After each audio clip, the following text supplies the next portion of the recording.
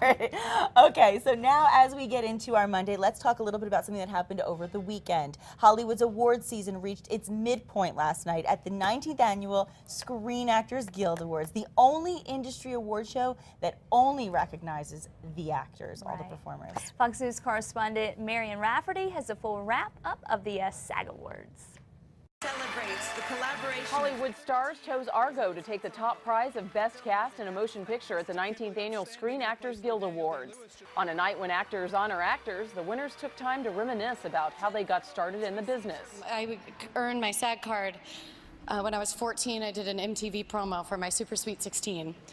And I remember getting it in the mail and it being the best day of my entire life because it officially made me a professional actor. Best Actress winner Jennifer Lawrence of Silver Linings Playbook spoke about the day she got her SAG card.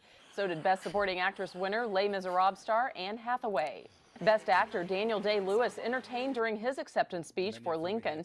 His co-star Tommy Lee Jones won Best Supporting Actor. Their film boasts the most nominations going into the Oscars with a total of 12. As SAG Awards celebrate both film and TV, stars of the small screen who got a chance to shine include the cast of the PBS phenomenon Downton Abbey, which took Best Drama Series Cast. Plus Bryan Cranston of Breaking Bad and Claire Danes of Homeland with individual wins for their dramatic series. For those who made us laugh at home, it was bittersweet for 30 Rock stars Tina Fey and Alec Baldwin, who added more trophies to their collection as their long-running hit series comes to an end. Even the Modern Family cast couldn't help but give a nod to 30 Rock as they accepted theirs for Comedy Series Cast. Baldwin made another appearance introducing Dick Van Dyke for the Lifetime Achievement Award, complete with a comedy-filled montage of career highlights. Lots of reminiscing, congratulating, and keeping up with that trophy tally as award season continues with February 24th's Oscars right around the corner. In New York, Marianne Rafferty, Fox News. Now, the good part is in our second half hour, you'll get a chance to actually hear what Breaking Bad star Bryan Cranston said when he accepted the award for Best Actor in a Drama Series. Oh my gosh, so good. Good things about New Mexico, too. Excellent, yes. And I went to a screening party, so I watched the show, and I have to have bragging rights for a moment. They had a ballot, like to pick who you think, and the only thing I got wrong was that I did assume that Breaking Bad ensemble cast would win Best Ensemble. But yeah, it went to Downton Abbey. But otherwise, I was pretty dead on. You are good at that stuff. That, American Idol. Thanks, Kristen. You're like reality It's about the only TV thing I'm good at, but thank you. Superstar prediction woman.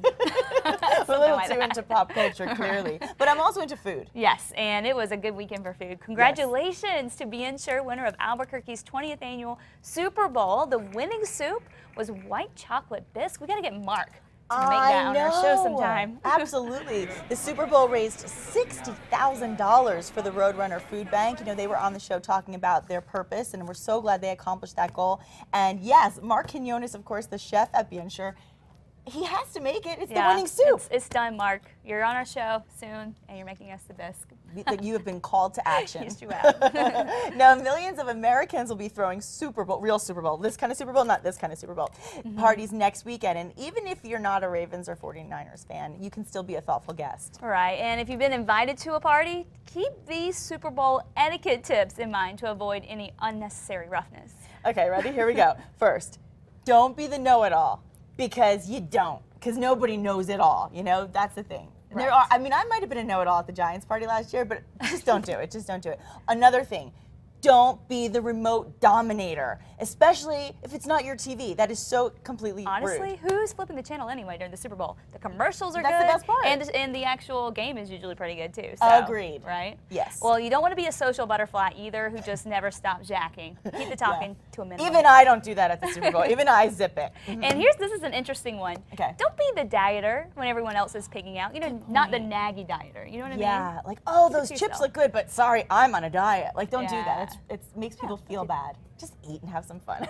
Another thing, don't be the commercial watcher who only watches the commercials but then becomes the social butterfly during the game. Right. You know, you don't want to do like a duo thing like that. And don't do it the other way around either. Exactly. Guys. Yeah, men. Thank you. And by the way, we want you to know that these ideas and tips were compiled by couponcabin.com. So hope you took note. Now you know. Now you know.